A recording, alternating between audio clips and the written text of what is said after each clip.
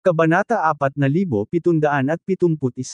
Naging maingat si Jiang Chen dahil kung tutuusin, ito ang kanyang unang pagkakataon na pinuhin ng 8 Treasures Guiyuan Peel. Nakasalalay dito kung magtagumpay siya o hindi. Matapos idagdag ang ginintoang dahon ng osmundos, ang aroma sa elixir ay nagsimulang lumakas, at ang nakakatakot na aura ay kumalat halos sa buong Dongchen Mountain, sa loob ng 100 milya. Ang sagaan ng aroma. Ang ginintoang dahon ng osmundos na ito ay talagang isang kayamanan. Ang puso ni Jiang Chen ay napuno ng kaguluhan. May hawak siyang matayog na ginintoang puno ng osmundos. Epekto. Ang ginintoang dahon ng osmundos na ito ay ginagawang kalmado ang mga tao, at tiyak na may papel ito sa pagpapatahimik ng isip at pagsasanay. Sa wakas, pagkatapos idagdag ang 8 Treasures Guiyuan Peel na pinag-aralan ko, ito ay napalakas ng walang hanggan. Si Jiang Chen ay labis na natuwa at nagsimulang mabilis na pabilisin ang bilis ng pagpino ng elixir. Kung ito ay pino, tiyak na ito ay 10 beses na mas mahalaga kaysa sa dahuandaan. Kahit na ang isang nebula level na eksperto ay malamang na masasabik. Kahit na ang nebula napakakaunting mga super powerful na tao na maaaring makalusot sa sarili nilang natal star soul. Para sa mga hindi pa nasira ang kanilang natal star soul, ang 8 Treasures Guiyuan Peel na ito ay hindi may larawan ng isip ang bisa at tinutulungan pa silang masira ang kanilang natal star soul. Star soul ay hindi rin kilala. Kaya talagang nakakatakot ang 8 Treasures Guiyuan Peel na ito. Naisip ito ni Jiang Chen sa kanyang puso, at sa wakas ito ay mangyayari. Dumating na ang exciting moment, Nang labis na nasasabik si Jiang Chen, nakarinig siya ng bang, na tunog, at ang lahat ng elixir sa kaldero ni Mother Chi of all things ay sumabog. Sa madaling salita, ito ang kanyang unang pagkakataon na nagpino ng elixir, na nagpino ng 8 Treasures Guiyuan Elixir, talagang nabigo. Medyo nanlumo si Jiang Chen. Kabisado na niya ang prototype ng 8 Treasures Guiyuan Peel, ngunit hindi niya inaasahan na ito ay mabibigo sa huling sandali. Lola, halika muli. Lubhang ayaw ni Jiang Chen at umalis muli, nagsimulang mag-frantic na pinuhin ang alchemy. Sa pagkakataong ito, natutunan ni Jiang Chen ang mga aral mula noon at nagsimulang maging mas maingat, hindi binibitawan ang bawat detalye. Ang mga detalyeng ito ang susi sa tagumpay. Ang pinakamahalagang bagay ay nagawa ito ni Jiang Chen sa unang pagkakataon. Ako walang ideya kung magiging matagumpay ang elixir na sinasaliksik ko. Ang ideal ay puno, ang katotohanan ay napakapayat. Ang pagbuo ng tulad ng isang bihirang elixir ay hindi kasing simple ng naisip. Ang mga mata ni Jiang Chen ay puno ng fighting spirit. Mas lalo siyang naging solemn, ginagawa itong mas mapaghamong. Tanging mga mapaghamong bagay lang ang makapagpapasaya sa kanya. Gayunpaman, ang hindi niya inaasahan ay nabigo siyang muli sa pagkakataong ito. Nagtrabaho siya ng husto at napakaingat, ngunit sa kritikal na sandali ng i-condensing ang elixir, nabigo siyang muli. Dahil dito ay naging kasing laki ng balde ang ulo ni Jiang Chen. Natuto si Jiang Chen sa sakit at nagsimulang magsaliksik. Ngayon lang niya nalaman na talagang hindi ganoon kadali ang elixir na ito, kaya nag-ingat siyang hindi magkamali at ginawa ang lahat ng paghahanda. Ang kabiguan ay ang ina ng tagumpay. Hanggat maaari kang matuto ng mga aral ng paulit-ulit, walang anumang problema at magtatagumpay ka sa huli. Eksperimento. Pagkatapos ng eksperimento, sinubukan ni Jiang Chen ang hindi mabilang na mga pamamaraan at nag-aksaya ng hindi mabilang na mga materyales sa gamot. Sa 3 araw, sinubukan ni Jiang Chen ang daan-daang beses at nabigo, ngunit sa bawat pagkakataon, nahahanap niya ang dahilan ng kanyang pagkabigo, hindi sapat. Ang elixir na ito ay talagang hindi isang bagay na kayang gawin ng mga ordinaryong tao. Ito ay pino, at hindi ito isang ordinaryong elixir. Ito ay isang elixir na maaaring mapahusay ang mental power ng isang tao at star soul power, kaya medyo bihira din ang kahirapan. Walang nakakaalam kung gaano kalaki ang pagsisikap ni Jiang Chen dito. Ito ay isang bagay na hindi pa niya nagawa noon. Sa kanyang antas ng alchemy, ang kanyang talento ay walang kapantay, ngunit siya ay nabigo ng daan-daang beses, na sapat na upang mahulaan kung gaano kahirap na pinuhin ang elixir na ito. Habang mas maraming nangyari, mas naniniwala si Jiang Chen na ang elixir na ito ay tiyak na magdudulot ng sensasyon. Pagkatapos ng paulit-ulit na pagkabigo at pagbubuod ng kanyang karanasan, si Jiang Chen sa wakas ay nakarating sa conclusion tungkol sa 8 Treasures Guiyuan Peel na ito. Ang gintong dahon ng osmunthus na ito ay may malaking epekto sa kapangyarihan ng pag-iisip, kaya sa oras na ito, dapat kang mag-ingat. Upang gawing elixir ang mga ordinaryong elixir, kailangan mo lamang ilipat ang iyong sariling mga iniisip at makipagtulungan sa Mother Chi Cauldron of all things. Ngunit itong 8 Treasures Return Yuan Dan ay nabigo sa tuwing nagsasama ng elixir. Ano ang nangyayari? Naisip ni Jiang Chen, ang kanyang mga mata ay lubhang komplikado, ngunit alam niya na maaaring nagkamali siya sa isang pagkakataon, kung hindi, paano ito mabibigo muli at muli? Kung hindi siya makakahanap ng magandang paraan sa pagkakataong ito, naniniwala si Jiang Chen na kahit na magsanay siya ng 108,000 taon, ang resulta ay pareho pa rin. Pinag-isipan ito ni Jiang Chen sa loob ng isang buong araw. Biglang isang ideya ang kumislap, at kumikinang ang mga mata ni Jiang Chen. Oo, ito ay dapat na epekto ng 8 Treasures Guiyuan Peel. Malaking tulong ito sa espiritual na kapangyarihan ng mga tao. Ito ay ganap na naiiba sa iba pang mga Pildores, kaya dapat itong paikliin at mabuo gamit ang kapangyarihan ng Natal Star Soul. Ito ay dapat na ganito. Si Jiang Chen ay labis na nasa sabik. Dahil sa kaisipang ito ay naging mas kumpiyansa siya sa kanyang sarili. Sa pagkakataong ito ay tiyak na magtatagumpay siya. Halika muli. Ang mga mata ni Jiang Chen ay mataimtim at ang kanyang puso ay determinado. Siya ay muling nagsama at nagsimulang italaga ang kanyang sarili sa alchemy muli. Sa pagkakataong ito, pagkatapos tunawin ni Jiang Chen ang lahat ng mga panggamot na materyales, ginamit niya ang kanyang sariling kaluluwa ng bituin bilang gabay at ang kapangyarihan ng kaluluwa ng bituin bilang pandagdag upang simulan ang pagkondensasyon ng elixir. Ang kapangyarihan ng kanyang kaluluwa ng bituin ay patuloy na bumuhos dito. Sa pagkakataong ito, ang elixir nagsimula rin itong dahan-daang sumanib, at muling sumanib. Si Jiang Chen ay labis na nasa sabik, at ang elixir ay patuloy na nagbabago.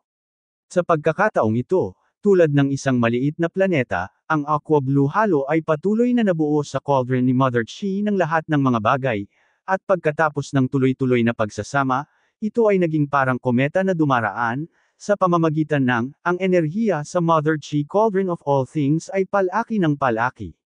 Ito, ang mga mag-aaral ni Jiang Chen ay humigpit.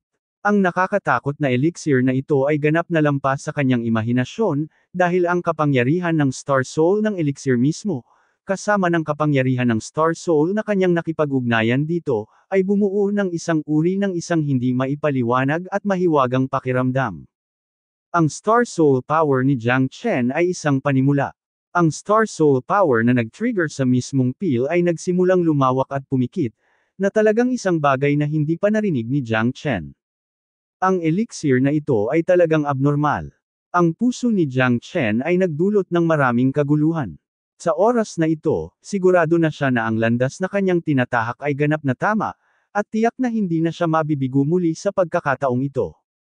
Gayunpaman, hindi niya inaasahan na siya ay magiging pabaya, at ang elixir ay patuloy na lalamunan ng kanyang Star Soul Power, at maging ang source power sa kanyang katawan, na mas ikinagulat ni Jiang Chen. Gayunpaman, ang pakiramdam na ito ay hindi nagtagal, habang nahuhubog ang tableta, ang pag-aalala sa mga mata ni Jiang Chen ay unti-unting nawawala.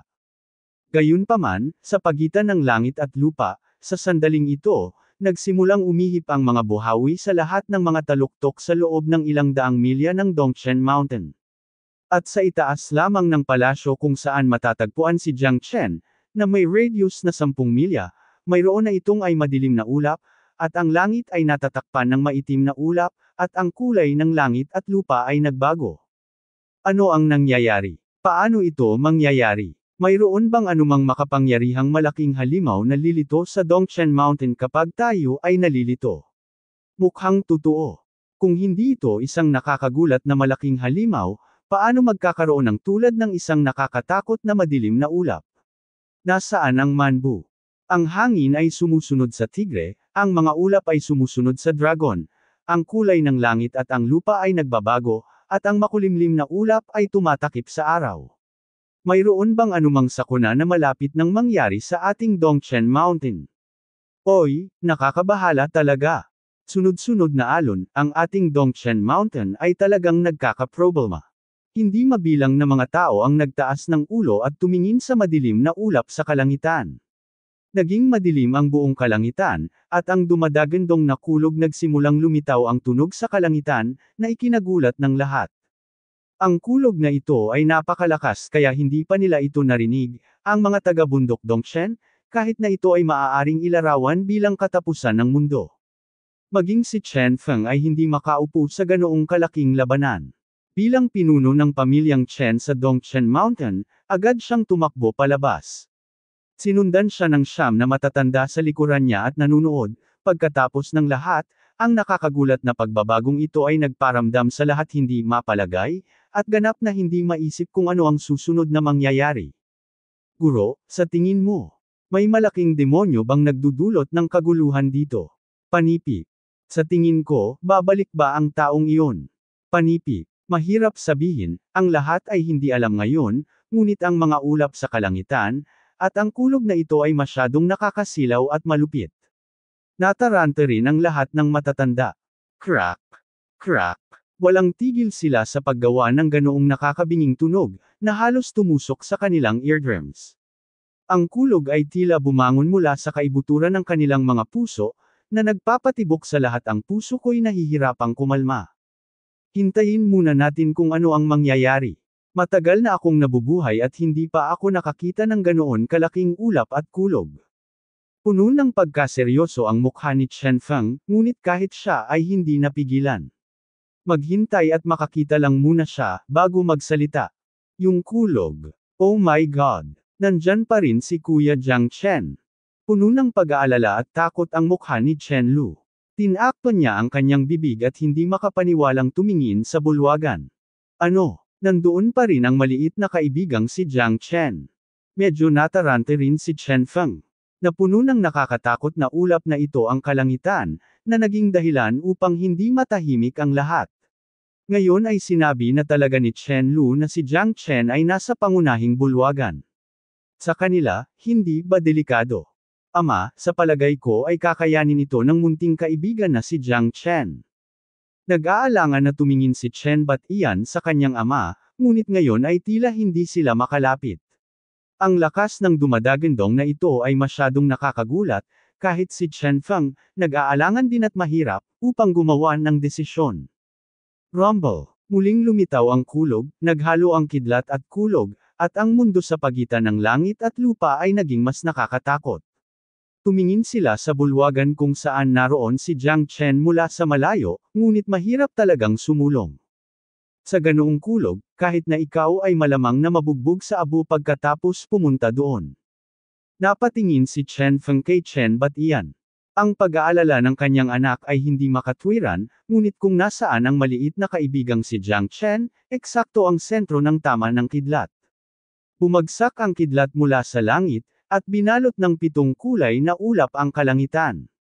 Isang kulog ang bumagsak, at lahat ng mga gusali sa loob ng ilang milya sa paligid ay lahat. Lahat sila naging pulbos. Gayunpaman, kung saan tumingin si Chen Feng, nakita niya si Jiang Chen na naka-cross-legged sa tuktok ng bundok, may hawak na furnace sa kanyang kamay, na parang may dinadalisay siya. Kuya Jiang Chen, sigaw ni Chen Lu, puno ng pag-aalala. Lahat ng mga miyembro ng pamilya Chen ay nagbago ng kanilang mga ekspresyon, ngunit si Jiang Chen ay nakaupo pa rin sa ilalim ng kulog. Hindi na kailangang mag-alala, pinipino ko ang elixir, mga elixir lang ito. Umalangaw-ngaw ang boses ni Jiang Chen sa mundo, nakahinga ng maluwag ang lahat, ayos lang si Jiang Chen. Si Chen Lu ay nagpakawala ng mahabang buntong hininga, ngunit ang takot sa kanyang mga mata ay mahirap pa ring itago. Si Chen Feng at ang iba pa ay mas naging ganito, ang 9 na matatandang lahat ay tumingin sa isa't isa na hindi makapaniwala. Hindi ba ito masyadong nakakatakot? Ang Danley na ito ay maaaring pumatay ng isang dalubhasa mula sa ika-8 antas ng bituin. Ang enerhiya ay masyadong malakas at hindi mapipigilan sa lahat. Ibig sabihin, kung aakyat tayo, tayo ay magiging nabugbog sa abo. Nakaupo pa rin ang munting kaibigan na si Jiang Chen, talagang hindi ka panipaniwala. Ang benefactor ko, hindi na namin maabot. Panipi. Haha, don't worry this time, little friend Jiang Chen is just, pinipino ko lang ang mga elixir. Gayunpaman, walang sino man ang nang-ahas na tumingin sa kanya ng masama, lalo pa ang pag-iwas sa kanilang mga mata, dahil sa takot na si Jiang Chen ay tamaan ng nakakabasag na kulog at kidlat, at sa huli ay magiging isang dakot ng pulbos. Ang puso ni Chen Feng ay hindi mapakali sa loob ng mahabang panahon. Ang gayong pamamaraan ng alchemy ay masasabing nakakabigla sa mundo. Ang munting kaibigang si Jiang Chen ay labis siyang nabigla. Anong uri ng elixir ang maaaring ihanda mula sa gayong Pale Thunder? Anong uri ng bagay?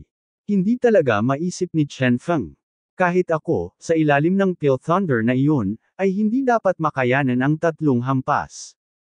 Pulong ni Chen Feng. Si Jiang Chen ay nagawang talunin ang makapangyarihang mga kaaway at nailigtas ang milyon-milyong buhay sa Dongchen Mountain. Ang kanyang lakas at kakayahan ay kamangha-mangha. Diyos, tila hindi ito walang batayan. Itinaas ni Jiang Chen ang kanyang mga mata upang tumingin sa langit, ang kanyang mga mata ay sobrang solemn na. Ang mga kulog na ito ay ang garantiya para sa kanyang katawan. Wala siyang anumang alalahanin. Bawat kulog ay nahuhulog na parang alon ng tubig, na bumabagsak sa kanyang katawan sa wakas, nalampasan niya itong aqua blue na tableta.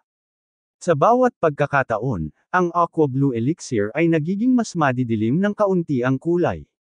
Kapag ang siyam na kulog ay bumaba, ang huling kulay ay nagiging mas madidilim, at sa wakas ay nagiging malalim na ube. Ang ganoong uri ng kinang ay hindi may larawan ni Jiang Chen. Matapos dumaong ang siyam na thunderbolts, ang elixir sa wakas ay nabuo, ngunit si Jiang Chen ay hindi pa rin nasaktan. Sa mata ng mga tao ng Dongchen Mountain, ang kanilang benefactor na si Jiang Chen ay ang anak ng Diyos na dumating upang iligtas ang Dongchen Mountain. Kahit na ito ay tamaan ng gayong bagyo ng walang anumang pinsala, ang ganitong uri ng pamamaraan ay walang kap-oras. Ang pinakamahalagang bagay ay ang Jiang Chen ay nasa ika-8 antas lamang ng antas ng bituin. Ito ay isang kumpletong pantasya. Ang mga tagumpay ni Jiang Chen sa hinaharap ay hindi mahuhulaan. Bukod dito, maaari din itong pinuhin ng mga elixir. Kapag nailabas na ang mga naturang elixir, tiyak na magugulat ang mga ito sa mundo. Ang bawat isa ay umaasa sa kanilang mga puso, nang maamoy nila ang halimuyak ng elixir. Lahat sila ay nakadama ng nakakapreskong pakiramdam, at sila ay nakaramdam ng napakaginhawa ng walang anumang kakulangan sa ginhawa. Ang halimuyak ng elixir ay nananatili sa kanilang paligid, at naramdaman nila na ang kanilang mga espiritu ay naging lubos na nakaka-relax. Ang pakiramdam na ito ay hindi may larawan. Nadama nila na ang kanilang mga kaluluwa ay walang laman nito. Ang pakiramdam na ito ay ang pinakaangkop para sa pagsasanay. Anong uri ng elixir ito? Paano ito nakakatakot? Panipi-panipi. Ang halimuyak lamang ng elixir na ito ay nakaka-relax at masaya ako. Nakakamangha talaga. Ang aking benefactor ay talagang ang aming pinagpalang general sa Dongchen Mountain. Panipi. Hindi mabilang na mga tao, tumangala kay Jiang Chen.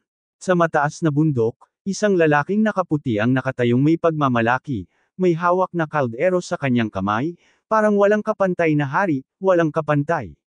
Hinawakan ni Jiang Chen ang elixir sa kanyang kamay ng mahigpit, sobrang solemn na. Ang elixir na ito ay masyadong malakas. Ang 9 na kulay na elixir ay tumagos sa mundo at ganap na nilinis ang 8 treasures Guiyuan elixir. Umatras ang kulog at natapos na ang elixir. Ang elixir na ito ay nagbago na mula sa asul hanggang sa malalim na lila. Hinawakan ni Jiang Chen ang elixir sa kanyang kamay at ang kanyang puso ay puno ng fighting spirit. Kung isa sa alang-alang ang kanyang kasalukuyang natal star soul bilang isang halimbawa, kung ang kanyang natal star soul ay nasugatan, kailangan lang ng ilang 10 paghinga para makabawi sa halos kasukdulan nito.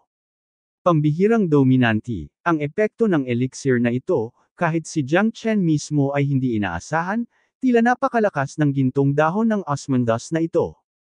Sa pagtingin sa walang laman na tuktok ng bundok sa paligid niya, mapait na ngumiti si Jiang Chen, na may hitsura ng kawalan ng kakayahan sa kanyang mga labi. Tila sa panahon ng kanyang alchemy, ginawa niyang abo ang lahat ng nakapalibot na templo na may radius na 10 milya. Naapektuhan din ang mga nakapaligid na kabundukan sa shockwave ng kulog na kumalat ng daan-daang milya. Naapektuhan din ang mga gusali at kagubatan sa loob ng 100 milya. Bagamat hindi lahat nawasak, ito ay napakalubha na. Ang dibdib ni Jiang Chen ay napuno ng mga labangan, at ang kanyang puso ay labis na nasa sabik. Sa pamamagitan ng elixir sa kamay, para sa kanya, ito ay halos parang mayroon siyang karagdagang buhay. Kahit na ang mga eksperto sa antas ng nebula ay malamang na makikipagkumpetensya upang makuha ang elixir na ito ay talagang napakalakas. Bagamat ito ang ikawalong pattern lamang, alam ni Jiang Chen na ito ang unang pagkakataon na gumawa siya ng tableta, at ito rin ang unang pagkakataon na matagumpay niyang napino ito, na napakahirap na. Congratulations to little friend Jiang Chen, hahaha, I am so happy to have received the elixir. Nakakainggit talaga. Nakangiting sabi ni Chen Feng, puno ng paghanga ang mga mata. Bukod sa paghanga pa rin siya. Ang gayong malakas na tao ay nakatadhana na maging dragon ng siyam na langit. Kahit nasa Batian Star Territory, malamang na walang masyadong tao ang makakapagpino ng ganitong nakakasira ng lupa na elixir tulad ng munting kaibigang si Jiang Chen. Pinuri ni Chen Batian, ngunit sa kasamaang palad, si Jiang Chen ay nabigo na maging kanyang manugang, pwede kang gumising ng masaya kahit natutulog ka. Sobrang papuri. Nakangiting sabi ni Jiang Chen. Masama ang pakiramdam ko para gawing gulo ang pamilya Chen. Mukhang mapait si Jiang Chen, at agad na kumuha ng 10 malalaking rejuvenation pills at iniabot kay Chen Feng, na baka sa mukha niya ang takot. Little friend Jiang Chen, this. Consider it my compensation, haha. At saka, ang mga medicinal materials para sa elixir ko ay binigay sa akin ni Lulo. Ang 10 Great Return Elixir na ito ay makakatulong sa mga tao na gumaling sa isang iglap. Source power ay lubos na mahalaga, kaya ibigay ito sa pamilya Chen. Sa sandaling sabihin ito ni Jiang Chen, lahat ay natigilan, na may pananabik sa kanilang mga mukha. Ito, parang masyadong mahal, tama. Little friend Jiang Chen. Medyo nahihiya na sabi ni Chen Feng, ngunit ang Great Return Pills na ito ay talagang masyadong mapang-akit, at may 10 sa kanila. Ang isang Great Return Pill ay katumbas ng pagkakaroon ng saved isang buhay. Dahil dito ang lahat ng naruroon sa pamilya Chen ay nakaramdam ng takot at kagalakan. Nararapat ito kay Master Chen, kunin mo. Paano magkakaroon ng anumang dahilan para bawiin ang ibinigay ni Jiang Chen? Higit pa rito, si Jiang Chen ay mayroon pa ring 990 sa kanyang kamay. Ang bagay na ito ay hindi masyadong mahalaga sa kanya, ngunit sa mga mata ni Chen Feng at ng iba pang miyembro ng pamilya ni Chen, ang kahulugan nito ay ganap na naiiba. Salamat, munting kaibigan na si Jiang Chen. Ang matandang iyon ay magiging walang galang. Hahaha, panipi. Sa sandaling kinuha ni Chen Feng ang elixir, nanginginig siya. Ito kaya ang maalamat na 10 may markang elixir. Dahil sa mga salita ni Chen Feng, nagulat ang lahat ng miyembro ng pamilyang Chen na naruroon, ang 10 may markang elixir. Ito ay isang alamat lamang. May nagpino talaga ng 10 markang elixir. Ito ay masyadong mapangahas. Ang figure ni Jiang Chen ay naging mas mataas sa kanilang mga puso, ang 10 markahang elixir, ito ang 10 markahang elixir. Nanginginig na kinuha ni Chen Feng ang 10 linyang elixir, ang kanyang mga mata ay kumikinang sa pasasalamat. Kapatid na Jiang Chen, napakagaling mo.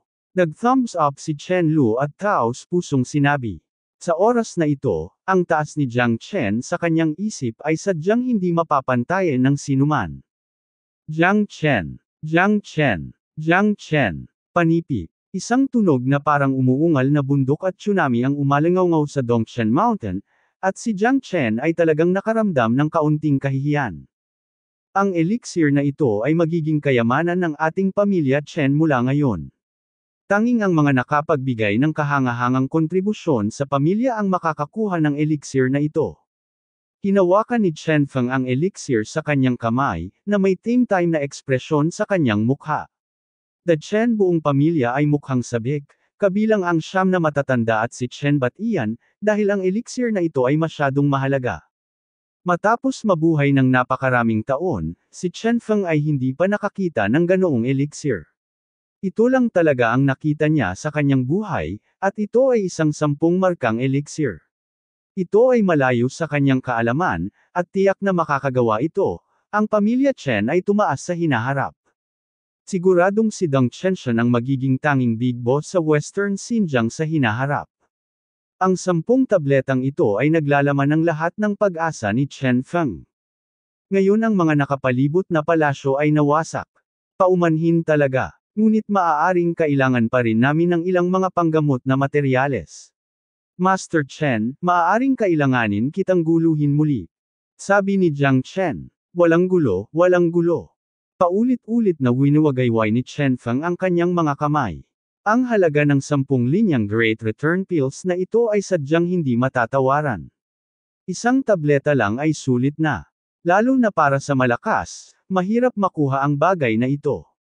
Oo, Mail iligtas ng bawat dawanda ng iyong buhay, na hindi mabibili ng kahit anong halaga ng pera.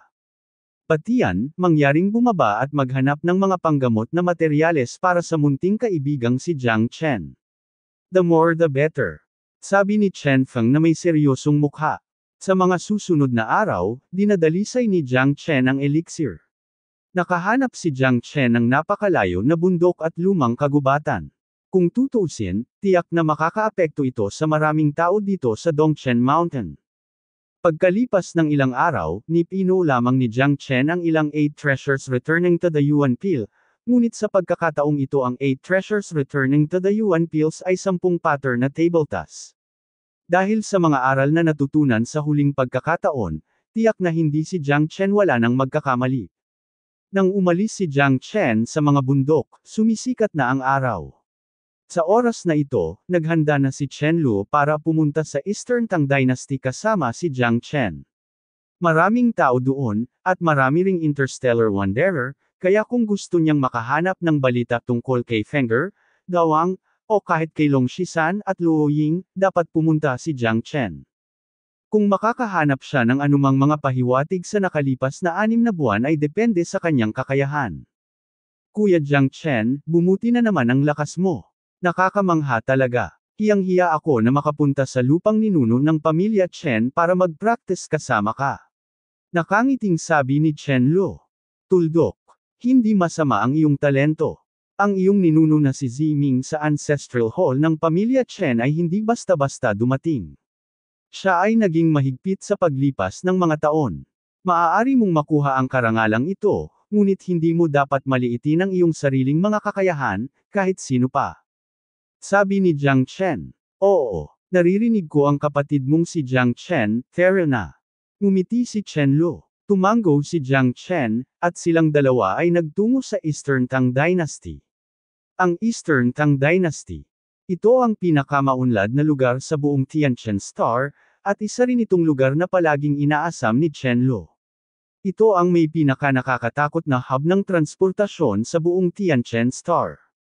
Hindi mabilang na mga tao, kahit na mga interstellar wanderer mula sa kalahati ng Overlord Star Territory, lalabas dito. Ang Eastern Datang ay kilala rin bilang paraiso ng mga ngaso. Dito, mahahanap mo ang anumang gusto mo, syempre, basta't mayaman ka. Dito, ang sapat na origin stones ay makapagbibigay sa iyo ng hindi mabilang na kasiyahan. Hanggat mayroon kang sapat na pera, hindi mabilang na tao ang magtatrabaho para sa iyo. Kapangyarihan, kababaihan, at lakas ang pinakatunay na pag-iral dito. Maging ito ay katanji tangi at makulay na mga alipin, mayroong mga orc, duwende, at lahat ng uri ng kakaibang lahi, na marami sa mga ito ay hindi pa nakikita ni Jiang Chen. Ang kasaganaan dito ay ang pinaka-nakakagulat na nakita niya. Kahit na ang orihinal na Apocalypse Galaxy City ay hindi maihahambing sa lugar na ito. Ang Apocalypse Galaxy City ay isa ng nakakatakot na pag-iral sa Apocalypse Star Territory, ngunit kung ikukumpara sa lugar na ito ay talagang hindi gaanong mahalaga. Mayroong 9 na lungsod sa Eastern Tang Dynasty. Ang bawat lungsod ay medyo maunlad. Ang lungsod na aming kinaroroonan ay ang pangunahing Linan City. Mayroong daan-daang milyong tao dito, na nagmumula sa lahat ng direksyon. Sihay, ang mga tao dito ay napakamakatotohanan, basta may pera ka, ikaw ang boss. Nakangiting sabi ni Chen Lu. Oo, kahit saan ka pumunta, pareho lang. Kung may pera ka, ikaw ang boss. Tumango si Jiang Chen. Totoo ang sinabi ni Chen Lu. Ganito ang mundo. Ang mundo ay puno ng pagmamadali at pagmamadali, lahat para sa kapakinabangan ng iba. Ang mga naghahanap ng tubo ay naghahanap ng higit na lakas. Ang mga kalye dito ay medyo maunlad, at ang mga matataas na gusali dito ay nakakatakot at matatayog.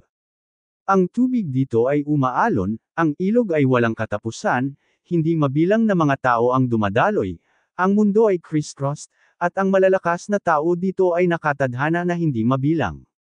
Ang pinuno dito ay isang nebula-level powerhouse, Tang Feng. Siya ay namuno sa lugar na ito sa loob ng 100,000 taon. Noong unang nanirahan ng aming pamilya ng Omanchen sa Western Xinjiang, si Tang Feng ang pinuno dito. Nabalitaan ko mula sa aking lolo na ang Panginoon ng Tangfeng Tang City ay isa ring napaka-impluwensyang tao sa buong Eastern Tang Dynasty, dahil siya ang tagapag-alaga at nag-uutos dito. Sabi ni Chen Lu na may seryosong mukha. Sa lobby, mayroong isang napakalakas na hukbo na tinatawag na Jinyiwei. Napakalakas nila. Sinasabing ang pinakamalakas ay may star level na 9th layer. Ang kanilang lakas ay maihahambing sa mga nangungunang mandirigma natin sa Western Xinjiang. Pumalik pagkatapos, nagkaroon kami ng mga alingaw-ngaw na ang isang kalahating hakbang na nebula level na powerhouse ay nagdulot ng kaguluhan sa Eastern Great Tang Dynasty. Nag-set up ng dragnet si Jin Yiwei, at sa wakas ay hinarap ni Tang Feng. Mula ngayon, walang sino man ng ahas na gumawa. Muli ng gulo dito, sa Eastern Great Tang Dynasty. Maraming mga ngalakal na dumarating at umaalis mula sa Tang Dynasty, at marami sa kanila ang dumaan lang, ngunit lahat ng nanatili dito ay labis na nag-iingat tungkol sa Tang Dynasty, dahil sa takot na magdudulot sila ng gulo at sasaktan ng Tang Dynasty. Sa oras na iyon, karamihan sa kanila ay magiging every tyrant star territory ang kanyang magiging larangan ng digmaan. Kung siya ay hahabulin, siya ay may blacklist. Hindi lamang siya makapasok sa Tianchen Star sa hinaharap, ngunit maaari rin siyang mapatay ng mga interstellar wanderer. Mukhang nagulat si Jiang Chen at palihim na tumango, tingnan. Ang pinuno ng Tang Dynasty ay medyo makapangyarihan. No wonder this place can become a city of order. In the final analysis, it is because of the gathering of strong people who can stand up and uphold justice. Kakaunti pa lang ang mga syudad na ganito. The premise is that you must be kayang kontrolin ang pagkakaroon ng karamihan sa mga tao, sabi ni Jiang Chen. Tuldok. Oo, napakaraming tao ang lubos na nagtitiwala kay Tang Feng, at siya ay naging tagapagsalita at Panginoon ng lungsod ng dinastiyang Tang. Hanggat nandyan pa si Tang Feng, ang dinastiyang Tang ay hindi magugulo. Ang mga powerhouse sa antas ng nebula ay medyo bihira, kahit na sila ay mga Panginoon walang marami sa Tianxing domain, at ang buong Tianxing natin ay dapat na hindi hihigit sa isang palad. Nakangiting sabi ni Chen Lu. Nebula level powerhouse. Pulong ni Jiang Chen, hindi alam kung kailan niya maaabot ang lakas ng nebula level powerhouse.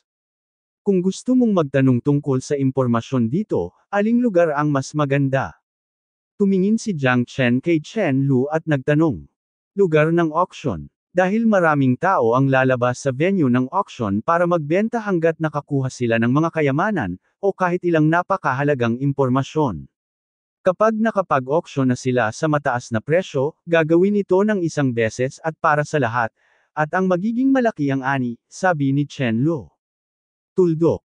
Well, ayos lang. Nagkataon lang na gusto kong ibenta ang ilan sa mga elixir sa kamay ko. Wala na sa kamay ko ang origin stone. Sabi ni Jiang Chen. Let's go. Dadalhin kita kay Brother Jiang Chen. Ang pinakamalaking auction house sa Linan City ay dapat ang HSBC Auction House. Kahit sino ka pa, isang dignitaryo o isang mayamang babae, Basta may pera ka, mayroong hindi mabilang na mga kayamanan doon. Ang auction house ay ang pinakamalaking sentro ng komunikasyon din sa mga nakapalibot na 100,000 light years. Ang laki nito ay may isip kang, ngunit walang nakakaalam ng tiyak na pinagmulan, ngunit sa halip maniwala ka man o hindi, ang HSBC Auction House ay ang pinakamalaking auction house sa datang sa loob ng maraming taon. Siguradong may mapapala tayo kapag pumunta tayo doon. Tumango si Chen Luo. Tuldok. Si Brother Jiang Chen ay sabik na makahanap ng anak, kaya nag-aalala rin siya para sa kanya sa oras na ito. Ang HSBC Auction House ay ang nag-iisang auction house sa buong Datang Dynasty, at mayroon itong mga sangay sa bawat lungsod. Tara na, Kuya Jiang Chen. Mukhang kailangan ko talagang pumunta at tingnang mabuti. Sana ang aking elixir maaari itong ibenta sa magandang presyo. Ngumiti si Jiang Chen at dumiretso silang dalawa sa HSBC Auction House. Bilang pinakamalaking auction house sa Linen City at maging sa Tang Dynasty, ang kalawakan dito ay nagbukas din ng mga mata ni Jiang Chen. Ang HSBC Auction House ay matatagpuan sa isang mataas na bundok na may 10,000 bahay. Sa tuktok ng bundok, mayroong isang napakalaking plataporma na 10,000 talampakan ang laki at kayang tumanggap ng milyon-milyong tao. Ito ay hindi maisip na makita gaano ito kadakila. Ang auction house na may milyon-milyong tao ay sobrang nakakagulat. Hindi ba nakakagulat? Kuya Jiang Chen, please pigilan mo ang sarili mo. We are among the best masters no matter what. Hindi dapat mawala ang status natin dito. Hehehehe. Ngumiti si Chen Luo. Tuldok. Nagkibit balikat si Jiang Chen, at dumiretso silang dalawa sa HSBC Auction House. Pag-akyat sa hagdan, maraming mga ngalakal at mamimili sa paligid. Ang auction house ay hindi lamang pinamamahalaan sa mga auction, ito rin ay isang napakalaking lugar sa normal na panahon. Sa palengke, kung saan may mga tao, may mga ilog at lawa, at kung saan may tubo, mayroong negosyo. Ito ay isang walang hanggang katotohanan. Marami sa mga dumaraan na mga ngalakal sa paligid ay mga master-level master, dahil kung gusto mong maglakbay sa Star Sword at maging Interstellar Wanderer, kailangan mong maabot man lang ang star level na standard. Yaong mga Interstellar Wanderer na maaaring humingi ng pagkain sa mga bituin, hindi basta-basta-bastang tao. Dumating sina Jiang Chen at Chen Luo sa auction house, at may lumapit upang magtanong kung gusto nilang bumili o magbenta. Gusto kong i-auction ang elixir. Pwede ko bang itanong kung anong grade ang elixir mo? Gusto mo ba i-auction o ibenta sa auction house natin? Nakangiting sabi ng isang duwende na may asul na tenga. Kahit anong dala ng star-level expert, hindi sila simple, at sila ay mga maids lamang. Sila ay ganap na hindi maihahambing sa mga stellar masters tulad ni Jiang Chen at ng iba pa. Ang elixir sa ikawalong antas ay isang mahusay na return elixir. Mahinahong sabi ni Jiang Chen. Ano? Isang elixir sa ikawalong antas. Sa sandaling iyon, puno ng takot ang mukha ng babaeng duwende. Hindi siya makapaniwala. Ang gayong elixir ay mahirap makuha, at maging isang master sa tuktok ng bituin, tiyak na hindi ito makukuha ng level. Dadagsa ito. Walang paraan upang matukoy at mabili niya ang mga naturang elixir. Senyor, please wait a moment. I will ask the steward to come and give you an appraisal now. Panipi.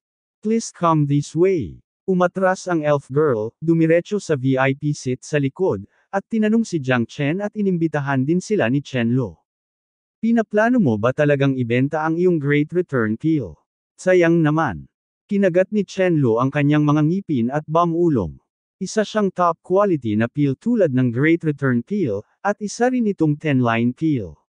Sabik na sabik siyang makakuha ng isa kaya talagang gustong ibenta ito ni Brother Jiang Chen. Kahit sino pa ang makakuha ng ganoong tableta, tiyak na pahalagahan niya ito. Katumbas ito ng isang bagay na nagel iligtas buhay. Sino ang hindi magmamadaling kumuha nito? Pagkasabi niyan, nakalimutan kong bigyan ka. Ngumiti si Jiang Chen. Pagkaalis ng babaeng duwende, diretso niyang itinaas ang mga palad niya at kumuha ng 10 Great Return Peels at iniabot kay Chen Luo. Eto na, itong 10 tabletang ito ang aking gantimpala para sa iyo. Huwag mo lang isipin na napakaliit nito. Kung tutuusin, lahat ng materyales na pinino ko para sa Great Return Peel ay sa iyo. Hindi ko kayang paboran ng isa kaysa sa isa.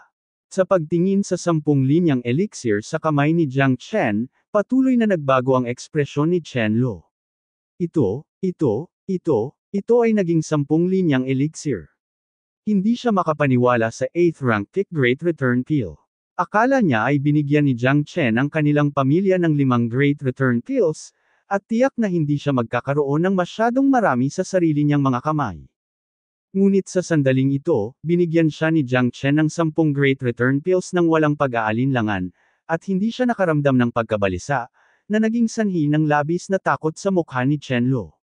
Hindi ba ito masyadong mahalaga? Hindi, kapatid na Jiang Chen, ito ay masyadong mahal, hindi ko ito makukuha. Tumanggi si Chen Lo. Marami pa akong iba dito, kaya bilisan mo at tanggapin mo ito. Hindi ito isang mahalagang bagay. Kung maubusan ka ng pagkain sa hinaharap, hilingin mo lang sa akin. Si Jiang Chen ay mukhang walang pakialam, ngunit naramdaman ni Chen Lo ang kanyang sarili. Heart, hindi ako mapakali ng mahabang panahon.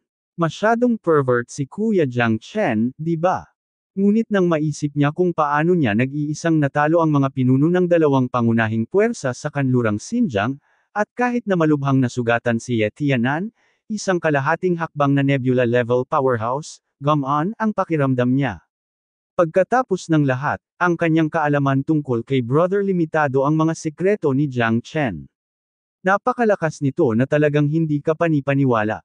Inilalagay siya ng kanyang misteryo na hindi niya kayang abutin. Sa pagkakataong ito, tinatansya na si Brother Jiang Chen ay talagang nagpino ng maraming Great Return Peels, at ang mga ito ay 10 pattern na table toss. Ang ganitong kayamanan at katapangan ay bihira sa mundo. Kung gayon, magiging walang galang ako. Salamat, Kuya Jiang Chen. Matamis na ngumiti si Chen Lo at kinakabahang kinuha ang kamay ni Jiang Chen. Pagkatapos matanggap ang 10 Great Return Peels, hindi ako mapakali. Pinigyan siya ni Brother Jiang Chen ng napakaraming Great Return Peels, at tila mataas ang katayuan niya sa kanyang puso. Maging ang pamilya Chen ay binigyan lamang siya ng 5 Great Return Peels sa kabuuan, at siya lamang ang may 10 nito, pellets. Lubhang masaya si Chen Lo sa kanyang puso. Gusto siya ni Brother Jiang Chen, ngunit hindi niya ito makakasama ngayon. Masyado siyang maraming bagay na dapat harapin. Kailangan niyang mahanap ang kanyang mga anak at ang kanyang mga kapatid, at kapatid na si Luo Ying. Kahit malalim ang nararamdaman niya para sa kanya, mas natatakot siyang masaktan ang sarili niya. Naniniwala si Chen Lo na siya ay napakahalaga pa rin sa puso ng panganay na kapatid na si Jiang Chen.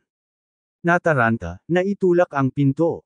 Tumangala si Jiang Chen at nakita ang isang matandang lalaki na nakasuot ng scarf na naglalakad papasok na nakangiti. Ang lakas niya ay nasa star level din. Hindi siya mababa sa 6th heaven, ngunit siya ay ganap. Hindi niya inaasahan na ang 2 taong nasa harapan niya ay mas malakas kaysa sa kanya, at hindi nila matukoy ang pagkakaiba. Matagal ko na kayong hinihintay, hihihi. Nakangiting tumanggo ang matanda. Pambihira talaga ang mga dala nitong 2 makapangyarihang amo. Ako si Gang Liancheng, ang manager dito. I wonder if I can take look at my little brother's elixir. Sabi ni Gang Liancheng, kung gusto mong kilalanin at ibenta ito, dapat mong tingnang mabuti. At saka, ang grade ng ang mga elixir ay ibang-iba. Kung ang mga grado ng elixir ay masyadong magkaiba, ang mga presyo ay mag-iiba din. Ngunit ang ika-8 antas na elixir ay isang mahusay na return elixir. Ito ang unang pagkakataon na nakatagpo ni Gang Liancheng ang ganitong uri ng elixir. Narinig niya mula sa iba na ito ay napakahalaga. Paanong sino mang may ganitong uri ng elixir ang magbebenta nito mismo? Itinago ko ang lahat para sa aking sarili, at pinahahalagahan ko ito para sa aking sarili. Sino ang magbebenta ng bagay na ito? Kaya't si Gang Liancheng ay medyo hindi kumbinsido noong una, dahil ito ay isang napaka-ordinaryo at may sira na elixir. Gayunpaman, kahit na ito ay isang depektong dawandan, ang jacket ay napakataas, at mahirap makahanap ng isang solong elixir. Tumingin si Jiang Chen kay Gang Liancheng. Ang taong ito ay karaniwang hindi naniniwala sa kanya, ngunit ito ay maliwanag na hiniling niyang makita ang elixir. Ang mga paninda ay naibenta sa kasalukuyang presyo, at malamang na nakita niya ang mga kalakal bago niya maitakda ang presyo. Ngumiti si Jiang Chen at kumuha ng Great Return Pill. Sa sandaling iyon, nang makita ni Gang Liancheng ang Great Return Pill, natigilan siya. Isang nakakatakot na pinagmumulan ng enerhiya na malapit nang ilabas ang pumuno sa hangin, halos napuno ang buong lugar. Sa silid, ang kanyang mga mata ay nanunood ng eksenang ito nang hindi kumukurap. Dahil ang pill na ito ay nakakagulat, ang Great Return Pill na ito ay lampas sa kanyang kaalaman. Ang ganitong uri ng tableta ay ang tanging nakita niya sa kanyang buhay. Nakangiting tiningnan ni Chen Lo ang eksenang ito. Hindi banggitin si Gang Liancheng, kahit na nakita niya ang 10 linyang elixir na pino ni Kuya Jiang Chen, puno siya ng kakilakilabot. Napatunayan ng mga katotohanan na sapat na ang elixir na ito ay natigilan si Gang Liancheng. Ito ba, ang maalamat na 10-marked elixir? Medyo nautal pa si Gang Liancheng, sobrang seryoso ng mukha niya, at tiningnan niya si Jiang Chen ng may matinding solemnidad. Oo, ito ang elixir na nasa tuktok ng ika-8 baitang at 10 marka. Tumango si Jiang Chen. Si Gang Liancheng ay tumingin sa elixir ng hindi kumukurap, hawak ito sa palad ng kanyang kamay, na may pananabik sa kanyang mukha. Paano kaya siya magkakaroon ng 10 markang elixir?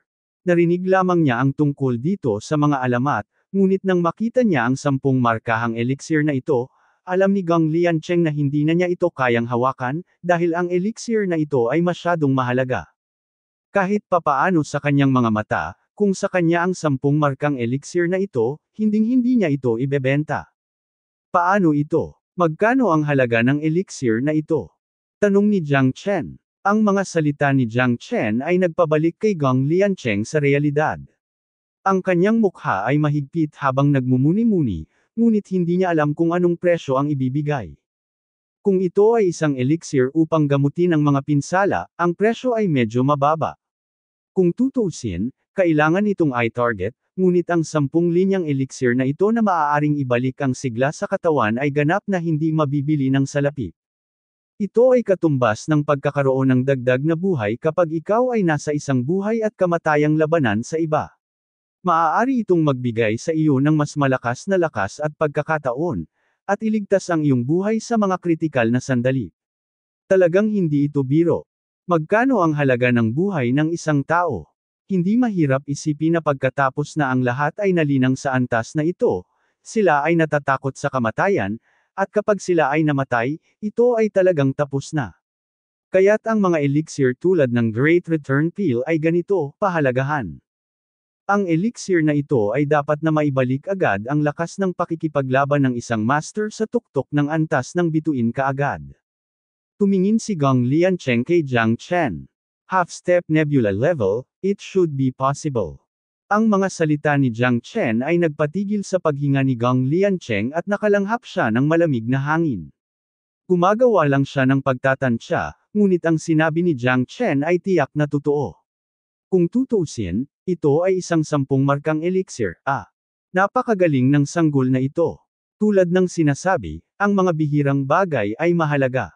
Kung ito ay isang tableta na may humigit kumulang 6 o 7 linya, maaari ding magbigay ng presyo si Gang Liancheng, ngunit para sa 10 linyang elixir na ito, wala siyang anumang paghahanda o sanggunian. Sa aming HSBC auction house, minsan kaming nagbenta ng 8th grade dawanda na may 4 na pattern, at ang presyo ay 100,000 at 90 grade source stones. Sabi ni Gang Liancheng sabay hinga ng malalim. Nasa HSBC auction house siya. 8,000 source stones lang ng 9th grade ang sweldo, ibig sabihin, aabutin ng mahigit 1,000 taon para makayanan niya ang ika-8 grado na Great Return Pill na may 4 na linya, at bihira pa rin ito. Ang halaga ng 10 markahang elixir na ito ay dapat nasa pagitan ng 800,000 at 1,000,000 grade siyam na source stones. Sabi ni Gang Liancheng sa malalim na boses nang hindi naging maramo sa kanyang tansya. Nagkatinginan sina Jiang Chen at Chen Lu at nagulat sila. Dahil si Jiang Chen mismo ay hindi inaasahan na ang halaga nitong ika-8 baitang pick na Great Return Pill ay magiging lubhang kakilakilabot. Siyempre, ito ay may kaugnayan din sa pag-iral nito. Siguradong may mga taong handang makakuha ng ganitong uri ng buhay pag-save ng bagay sa lahat ng gastos. Not bad, it meet my expectations. Ngumiti si Jiang Chen. Kuya, handa ka bang isuko ang iyong pag-ibig? Kung payag ka, hahanapin ko ang ating kinauukulan at kakausapin ka ng detalyado. Maingat na tanong ni Gang Liancheng. Okay, I don't think you can make the decision anyway. I still have a few of the same great return pills. Kung tama ang presyo, ibebenta ko sila sa auction house mo. Sabi ni Jiang Chen. Tuldok. Si Gang Liancheng ay ganap na natulala. Ano? Ilan pa ba sa parehong 10 pattern great return pills ang mayroon? Magiging mabuting bata ako. Si Gang Liancheng ay nanginginig sa buong katawan at ang kanyang mukha ay napakaputla. Talagang wala siyang kakayahang magsalita tungkol dito. Ito ay kinasasangkutan na ng 10 milyong mga batong pinagmumulan ng ikasyam na baitang, at wala siyang karapatan.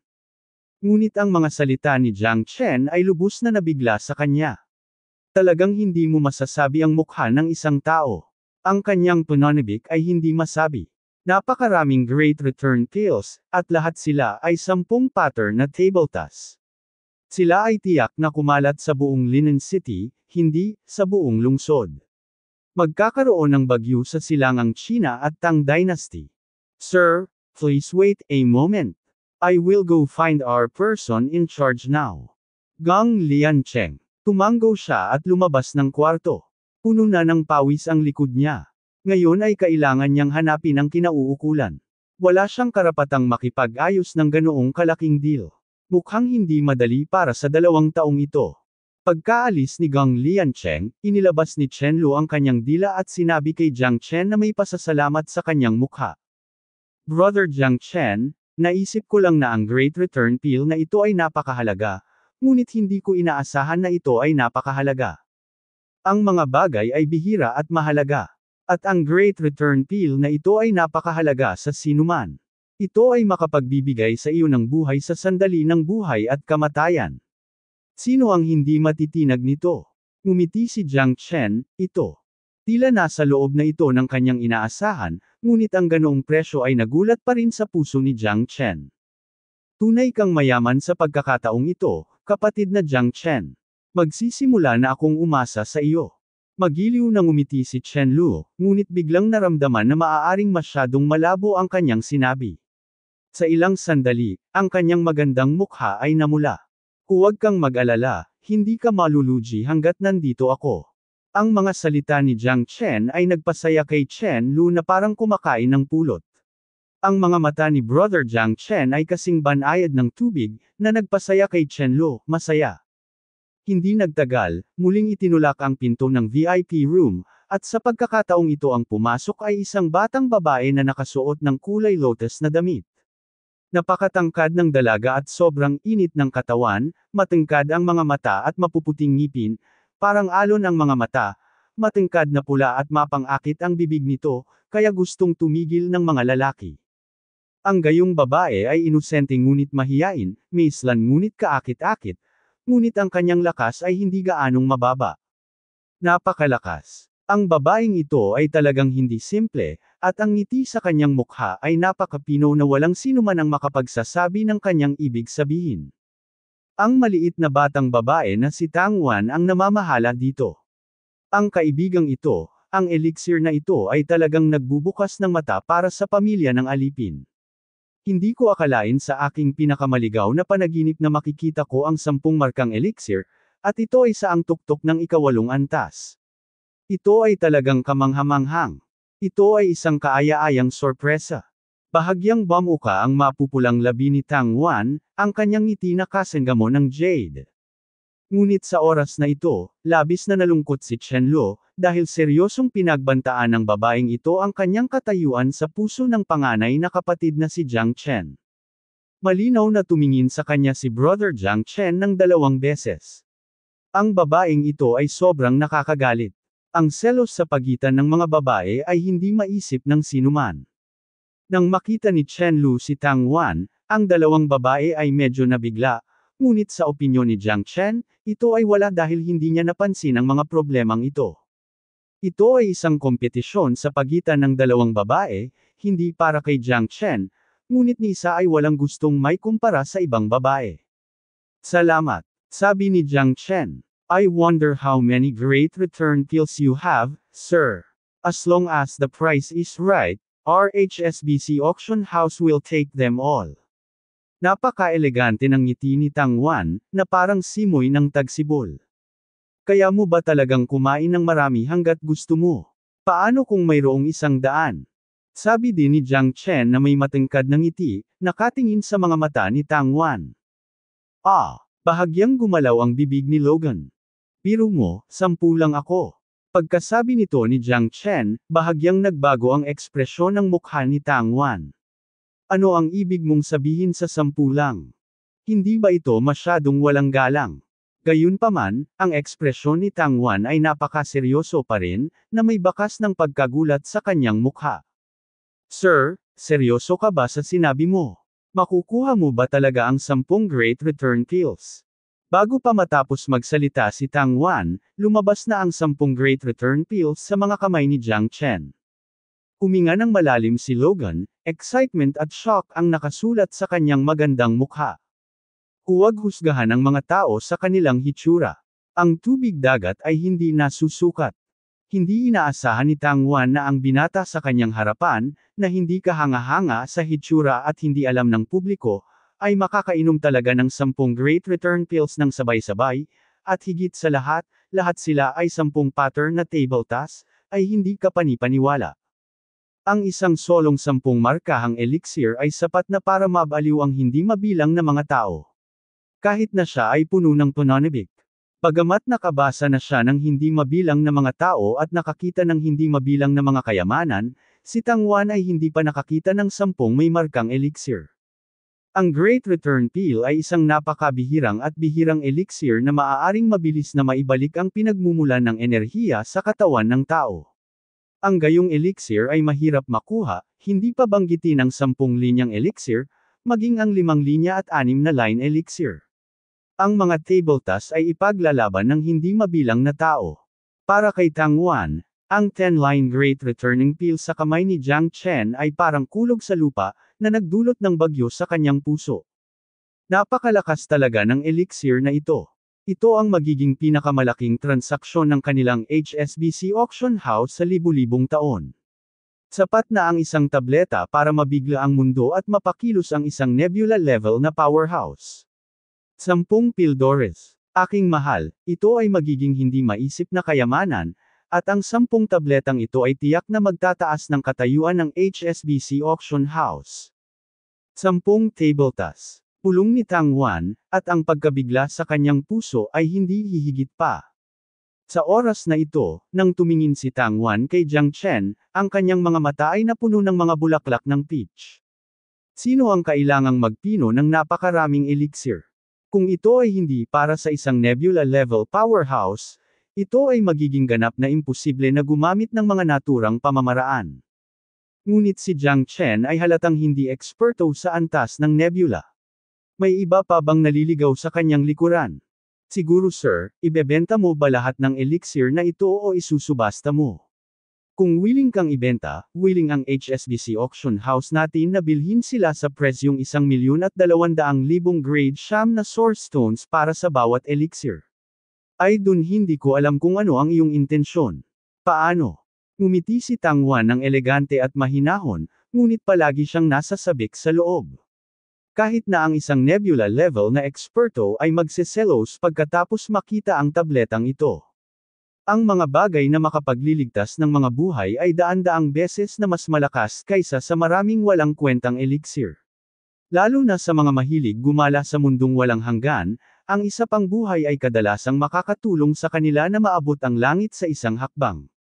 Matapos mamatay ang isang tao, gaano man karaming pera ang mayroon sila, gaano karaming mga kayamanan ang mayroon sila ay walang kabuluhan, ngunit ang isang 10-line Great Return Pill ay makapagbibigay daan sa kanila na makuha muli ang lahat. Ang kahalagahan nito ay natural na maliwanag.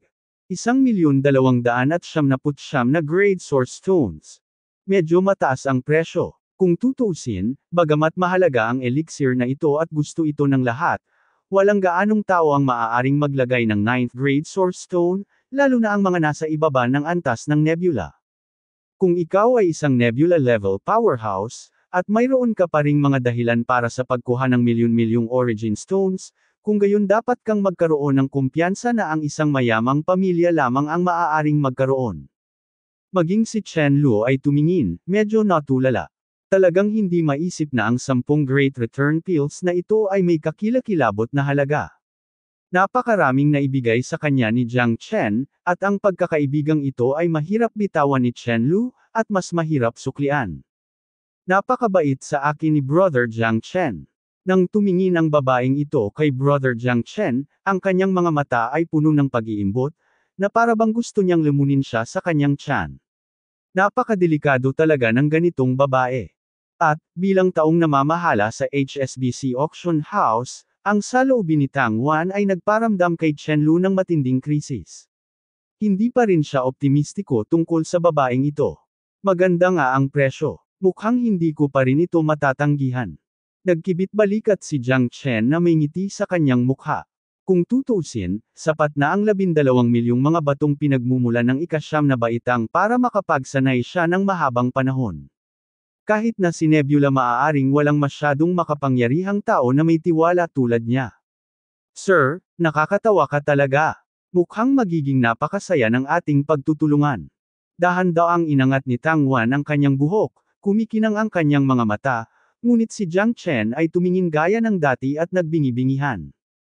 Ang pagmamahal ni Tang Wan ay halatang para kay Da Huandan. Hindi siya masyadong narcissistic na inisip niya na may iba nang umibig sa kanya sa unang pagkikita nila. Sana nga, pero may isa pa ako. Sana matulungan ako ni Miss Tang. Kung matutulungan ako ni Miss Tang, handa akong manahin ng 10 pang Great Return Pills, mataimtim na sabi ni Jiang Chen. Tuldok. Nanlamig ang ekspresyon ni Tang Wan, at natigilan siya sa kinatatayuan, nakatingin kay Jiang Chen na hindi makapaniwala. Nag-aalok ng 10 Great Return Pills. Gaano kalaki ang deal na ito? Kahit na sa buong Eastern at Southern Tang Dynasty, walang sino man ang maaaring maghiganti ng ganoon kagandang paghihiganti. Lalong natakot si Tang Wan. Saan nakakuha ang lalaking ito ng napakaraming magagandang repayment pills? Tila pambihira ang kanyang katayuan. Sa kanyang mga mata, ang isang bagay na parang isang kayamanan ay napakawalang halaga sa mga kamay ni Jiang Chen. Ngunit walang hanggal. Alam ni Logan na ang gustong ipagawa sa kanya ni Jiang Chen ay tiyak na napakahirap.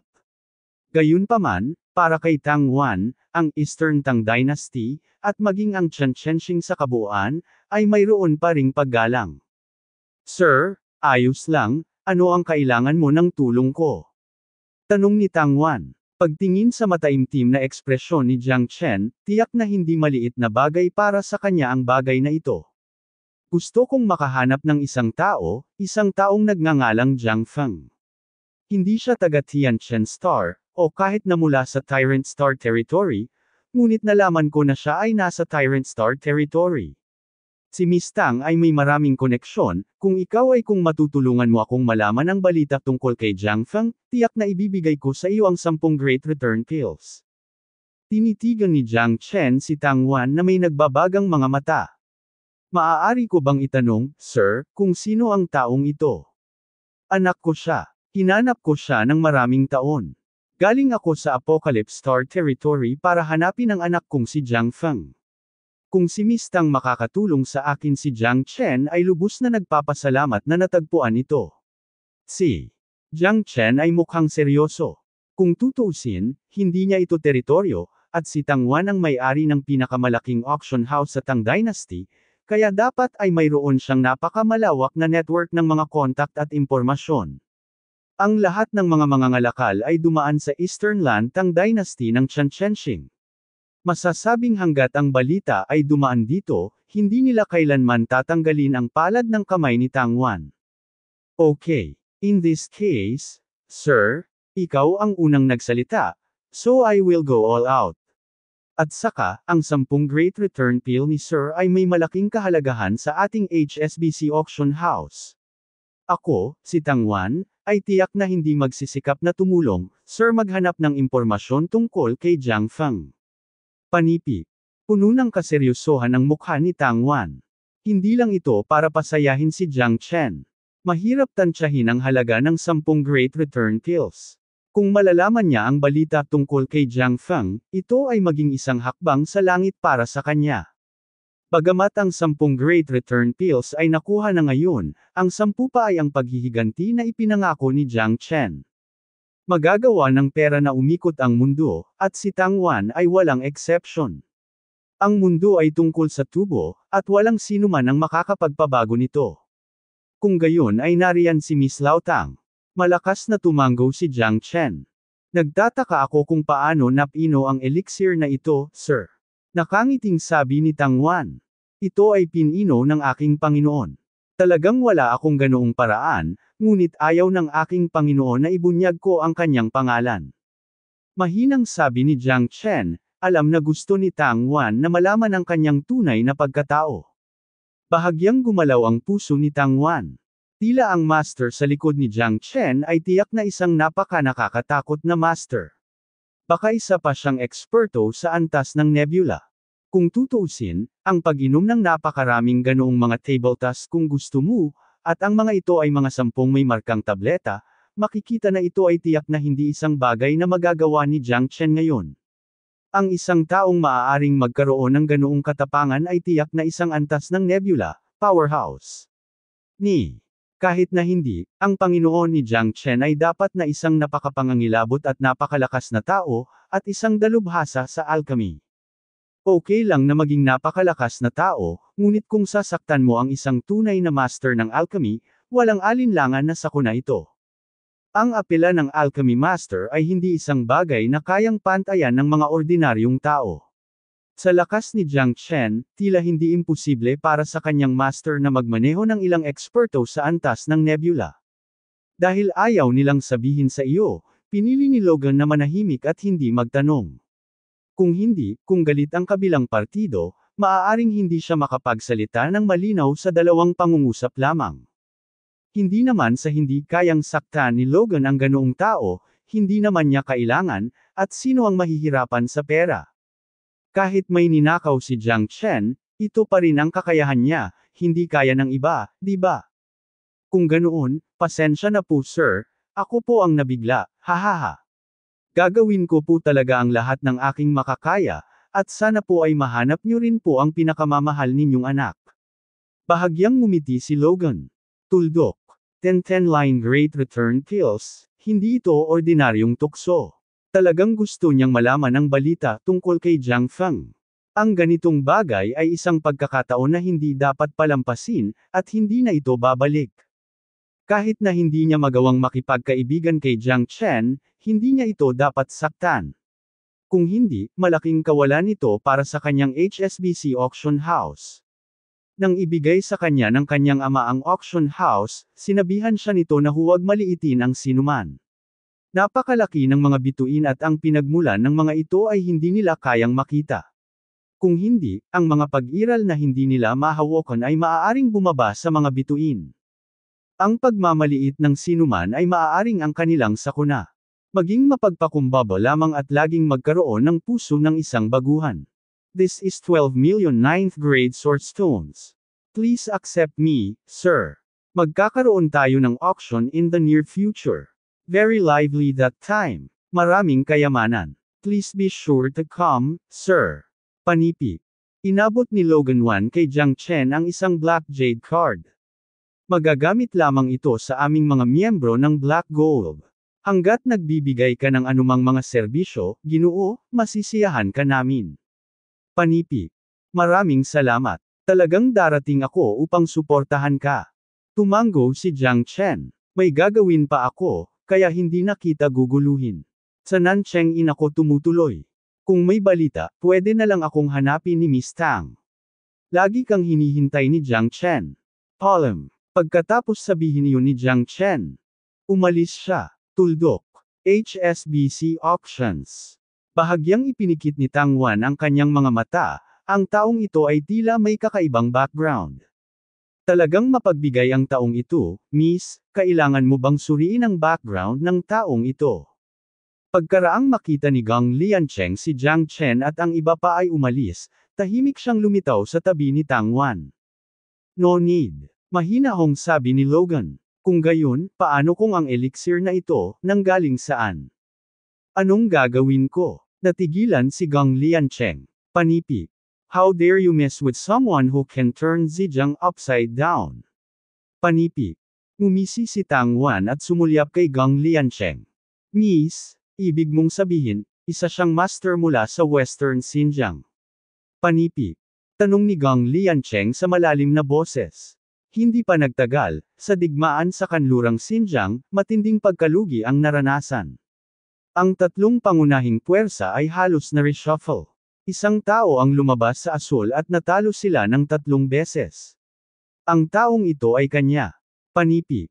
Sabi ni Logan Wan. Ano? Panipi. Nagbago ang ekspresyon ni Gang Liancheng, at nanginginig ang buong katawan niya.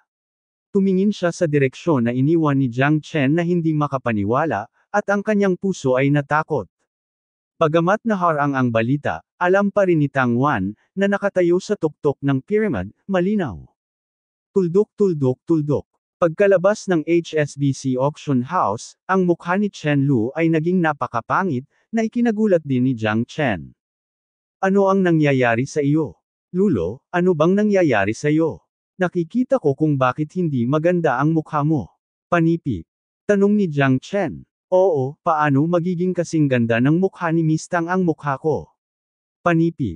Walang pakialam na sabi ni Chen Lu na may ngiti sa labi. Nagulat si Jiang Chen at agad na tumawa. Tila nagseselos itong si Chen Lu. Bagamat walang sumpaan ng pagmamahalan ang dalawa, ang pagkakaibigan ni Chen Lu para sa kanya ay si Jiang. Alam na alam ito ni Chen. Alam kong hindi ako Sister Luo Ying, at wala akong karapatang magselos, pero ayoko lang sa kanya.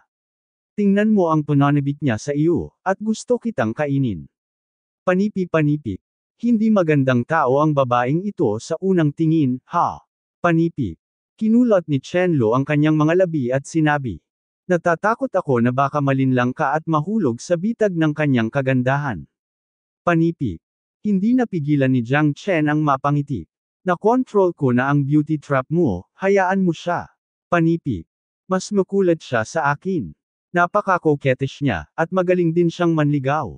Halatang halata na hindi siya mabuting tao. Walang gana na sabi ni Chen Lu. Forget it, I'm here to sell elixirs, not for a beauty pageant. Isa siyang sikat na figure sa Tang Dynasty. Hindi ko may kukumpara sa taong namamahala sa HSBC Auction House. Jiang Chen said with isang ngiti. Tuldok. Kung alam niyang wala ka talagang master, malamang gusto kanyang pakasalan. You are such a powerful person with outstanding talents. You don't know how attractive you are. How charming you are, I dare ikaw. Sinasabing sa buong Chensheng, walang makakapantay sa iyong mga kasanayan sa alchemy, kahit na ang isang nebula level na eksperto ay tiyak na hindi makakapantay sa iyo. Napatingin si Chen Lu kay Jiang Chen ng may pag-asa. Kahit ako hindi ko alam na sikat ako. Nagkibit balikat si Jiang Chen. Your thoughts are completely unnecessary. I just took a fancy to this woman's ability, and you also told me about the HSBC auction house. Ang taong namamahala dito ay may pambihirang kakayahan. Ang buong Tang Dynasty, at maging ang buong Chensheng, ang balita narito ang pinakamahusay. Kaya kung mayroong anumang balita tungkol sa Fenger, sa tingin ko ay maaari lamang itong lumitaw dito. Mataimtim na sinabi ni Jiang Chen. Naiintindihan ko, Kuya Jiang Chen, wala akong ibang ibig sabihin. Huwag kang magalit sa akin, okay. May halong damdamin si Chen Lu sa kanyang puso. Nag-aalala lang siya na baka iwan siya ni Brother Jiang Chen. Kung tutuusin, napakabuti ni Tang Wan. Walang paraan na may kumpara ko siya. Kaya nakaramdam ako ng kaunting pagkababa at pagkadismaya. Alam ko, magpahinga muna tayo. Maggagabi na. 2 araw na lang gaganapin ang auction. Nakangiting sabi ni Jiang Chen. Walang salitaan buong gabi. Nitong mga nakaraang araw, si Jiang Chen ay tahimik na nagsasanay, naghihintay para sa auction na ito. Ngunit ang pinakaaasam niya ay natural na si Tang Wan, ngunit hindi ito dahil sa kanya. Lubos siyang umaasa na si Tang Wan ay maaaring magdala ng isang kapana-panabik na piraso ng magandang balita para sa aking sarili. Pero obviously, hindi. Kuya Jiang Chen, oras na para pumunta tayo sa auction. Dahan-daang iminulat ni Jiang Chen ang kanyang mga mata, at lumabas ang boses ni Chen Lu sa labas ng pinto ni Jiang Chen. Sinundan ni Jiang Chen si Chen Lu sa HSBC Auction House. Ngayon ang araw ng taunang auction ng HSBC Auction House. Ang tinatawag na taunang auction ay ang pinaka-grand auction na ginaganap isang beses sa isang taon. Sa pagkakataong ito, ang auction ay nakaakit din ng ilang tao, kasing dami ng daan-daang libo. Sa harap ng HSBC Auction House, mayroong isang dagat ng mga tao na naghihintay para sa kanilang mga upuan.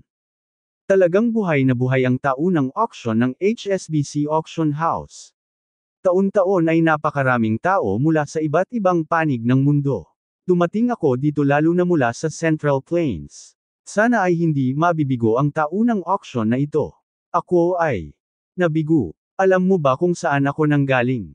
Galing ako sa Mulan. Nabalitaan ko na ang taunang auction ng HSBC Auction House ay isa sa pinakamalaking kaganapan sa loob ng 100,000 light years. Oo, taunang auction ng HSBC Auction House. Siguradong hindi ka bibiguin. Maraming tao ang pumupunta dito taon-taon. Dahil dito, lalong nagiging engrande ang HSBC Auction House, kasama ang mga bisita mula sa iba't ibang panig ng mundo at hindi mabilang na mga interstellar wanderer. Basta't nakakuha sila ng magagandang kayamanan, darating sila bumalik dito para ibenta ang mga ito. Panipi. Tama. Bilang nangungunang tatlong hub na sentro sa Tyrant Star Territory, ang Tianchen Star ay may maraming mapagkukunan at impormasyon. Hindi mabilang na mga tao ang nagbuntong hininga, mayroong patuloy na daloy ng mga tao na naghihintay na makapasok sa auction booth sa ilalim ng HSBC Auction House. Nang dumating dito sina Jiang Chen at Chen Lu, agad silang nakilala ni Gang Liancheng noon at mabilis na tumakbo. Mr. Jiang Chen, please come over here. This is the member channel of our HSBC Auction House. Our lady has prepared the best viewing seats for you too. Nakangiting sabi ni Gang Liancheng. Kung magpapakita ka ng kagandahang loob ng walang kabuluhan, nakikiapad ka o nagnanakaw. Pulong ni Chen Lu sa mahinang boses at ikinulong ang kanyang mga labi. Mayroon din silang magandang intensyon. Itinuro ni Jiang Chen ang malaking pulutong ng 10,000 tao. Talagang hindi madali para sa kanila ang direktang pumunta sa VIP channel. Kayong dalawa, pakiusap. Ngumiti ng malawak si Gang Liancheng. Lulo, ikaw ba talaga?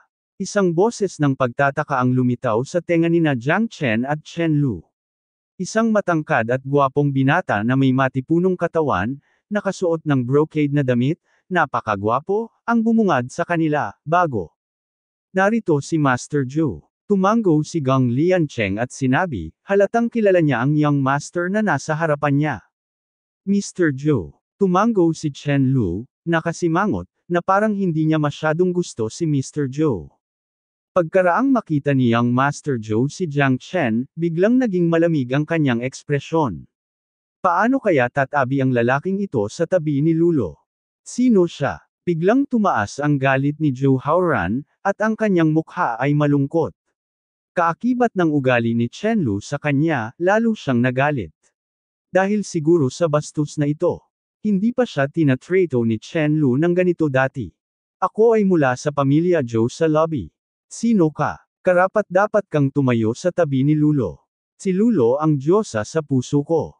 Sino ka? Tumingin si Zhou Haoran at galit na sinaway si Jiang Chen. Tuldok. Mr. Zhou, this is a distinguished guest of our HSBC Auction House. Today is the day of the annual auction. Mr. Zhou should invite you first. Nakangiting sabi ni Gang Liancheng. How dare he offend Mr. Zhou? Daang pamilyang Zhou ay isa sa 4 na pangunahing pamilya sa dinastiyang Tang, at si Zhou Haoran ang panganay na anak ng pamilyang Zhou. Halos mapatagilad na maglakad si Datang, sinuwang ng ahas na tumanggi sa kanya. Gayunpaman, tila nag-aalala pa rin siya kay Chen Lu, at ang Jiang Chen na ito ay tila nagdudulot ng mga sugat sa ilalim ng kanyang mga mata. Pinigyan siya ni Jiang Chen ng malamig na tingin. Itong baliw na aso, kilala mo ba siya? Sumimangot si Jiang Chen. Hindi pamilyar. Umiling si Chen Lu. Nang marinig ni Chen Lu na hindi siya pamilyar, mas nagalit si Zhou Haoran. Kailangan niyang patayin ang bastard na ito ng mabilis. How dare you scold me? Sabi ni Zhou Haoran, nanlilisik si Jiang Chen. Bakit, lokong aso, bingi ka rin ba? Nakangiting sabi ni Jiang Chen. Paf! Ngumiti si Chen Lu ng kaakit-akit at tumingin kay Brother Jiang Chen na may masamang ngiti sa kanyang mga mata. Bastos ka! Kung maglakas loob kang pag-alitan ng aking young master, I think you're looking for death. I don't care who you are, ang bait mo. You should kneel down and bow to my young master and admit your mistake. May nasa mabuting kalagayan si young master at maaaring iwanang buo ang iyong katawan. Bago pa makapagsalita si Zhou Haoran, galit na ang mga bantay sa paligid niya. Wala pang sinasabi si master. Saan nanggaling ang masamang asong ito para umungal ng random? Isang ang raccoon dog. Humph. Panipi. Tumingin si Jiang Chen kay Zhou Haoran na may malamig na tingin sa mukha. Ikaw ay naghahanap ng kamatayan. Nagalit ang gwardya at tumingin sa young master na si Zhou Haoran. Ikanaway ni Zhou Haoran ang kanyang kamay, na nagpapahiwatig na hindi siya dapat kumilos pansamantala. Master Zhou, itong si Mr. Jiang Chen ay ang aming natatanging panauhin. Pakiusap, ipakita ang iyong paggalang, hihihi. Nakaramdam ng pait sa kanyang puso si Gang Liancheng. Hindi niya kayang saktan si Jiang Chen o ang young master ng pamilya Zhou. Siya ay orihinal. Akala niya pupunta siya para sunduin siya. Si Mr. Jiang Chen ay may magandang trabaho, ngunit ang dalawa pala ay magkaaway. Ano ang dapat nating gawin? Kung hindi dahil sa iyong HSBC auction house, sa tingin mo ba makakatayo pa siya dito at makakausap ako? Sabi ni Zhou Haoran na walang pakialam. Oo. Ngumiti si Gang Liancheng nang humihingi ng tawad, kaawa-awa. Ngunit ngayong araw ay binigyan kita ng mukha, ngunit hindi niya ako binigyan ng mukha. Ito ay talagang kawili-wili. Sa buong Tang Dynasty, kakaunti lamang ang mga tao na naglalakas loob na makipag-usap sa akin ng ganito. Sino ka sa tingin mo? Dahil lang sa nasa HSBC auction house ka, sa tingin mo ba hindi ako maglalakas loob na hawakan ka? Mukhang maamo si Zhou Haoran. Zhou Haoran, ano ang gusto mong gawin? Galit na sabi ni Chen Lu. Anong gusto kong gawin? Siyempre gusto kitang makasama, Lulo. Ang ganyang lalaki, nakatayo sa tabi mo, nakakasama. Ang ganitong basura ay hindi karapat-dapat para sa iyo. Hindi ako mas mahusay kaysa sa kanya sa anumang paraan. Ang aking karanasan sa buhay, lakas, at talento, ako, si Zhou Haoran, ay 10 beses at 100 beses na mas kumpiyansa kaysa sa kanya, ngunit ang totoo ay pinili mo na makasama sa ganoong basura, talagang pinahihirapan mo ako. Ang mukha ni Zhou Haoran ay puno ng kalungkutan at isang hitsura ng katwiran. Tuldok. It's not your turn to judge who I'm with. This is my freedom. Who do you think I belong? Please shut your mouth and stop talking nonsense, Zhou Haoran. If you still do this, we're afraid we can even be friends. Lalong lumungkot ang mukha ni Chen Lu, at sinulyapan niya si Brother Jiang Chen. Galit na galit din si Brother Jiang Chen, na may matalas na mga mata. Kinasusuklaman niya ang lalaking ito na kinakagat ng isang asong galit mula sa ilalim ng ang kanyang puso. Pero walang paraan, sino ang nagpaalam sa kanila na magkita dito? Walang katapusang ginugulo ni Zhou Haoran ang sarili, ngunit wala talaga siyang interes sa lalaking ito. Walang makakasama sa iyo maliban sa akin. Papatayin ko ang sinumang nakatayo sa tabi mo o sa harap ko. Walang exception ang Diyos. Walang babaeng gusto ko, Zhou Haoran, na hindi ko makuha. Chen Lu, payo ko sa iyo, para hindi maging walang utang na loob, kung hindi, siguradong pagsisisihan mo ito. Panipi. Ngayon, hahayaan ko siyang mamatay ng walang libingan. Gusto kong malaman mo kung kaninong teritoryo nabibilang ang dinastiyang Tang. Chen na may intensyong pumatay. Si Zhou Haoran ay puno ng pagkasuklam para kay Jiang Chen. Si Chen Lu ang babaeng gusto niya, at siya lang ang babae niya. Ang taong ito ay talagang nakakasira sa paningin at ginawa akong labis na hindi nasisiyahan. Bilang isa sa iilang young master sa buong Tang Dynasty, ang katayuan ni Zhou Haoran ay hindi mapag-aalinlanganan. Siya lamang ang maaaring maging karapat-dapat kay Chen Lu. Nag-cruise ang landas ng dalawang tao maraming taon na ang nakalilipas, at ang isa ay isang big boss sa Western Xinjiang, at ang isa ay young master sa Eastern Datang. Gayunpaman, ang katayuan at lakas ng Eastern Datang ay halatang mas malakas kaysa sa Western Xinjiang, kaya si Zhou Haoran ay umibig sa kanila. Para sa kanya, si Chen Lu ay dapat naabot kamay. Walang sinuman ang makapagpapayuko sa kanya, at walang sinuman ang makakaagaw sa babaeng gusto niya. Mamamatay ang sinumang humahadlang sa akin. Kailangang gusto mo ito. May ilang mga babae na hindi mo mahawakan kung gusto mo.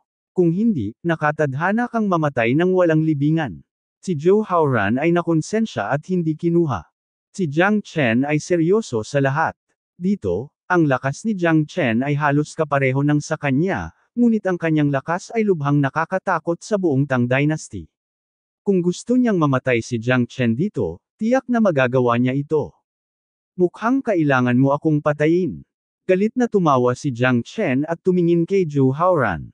Ang taong ito ay talagang simple ang pag-iisip at mahusay na binuo. May paraan para gawin ito.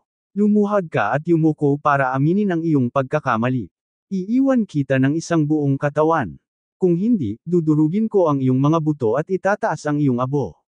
Ganap na hindi pinansin ni Zhou Haoran si Gong Liancheng sa tabi niya, at hinarap Jiang Chen na ang kanilang mga mata ay magkaharap, ang mga espada ay kumikislap.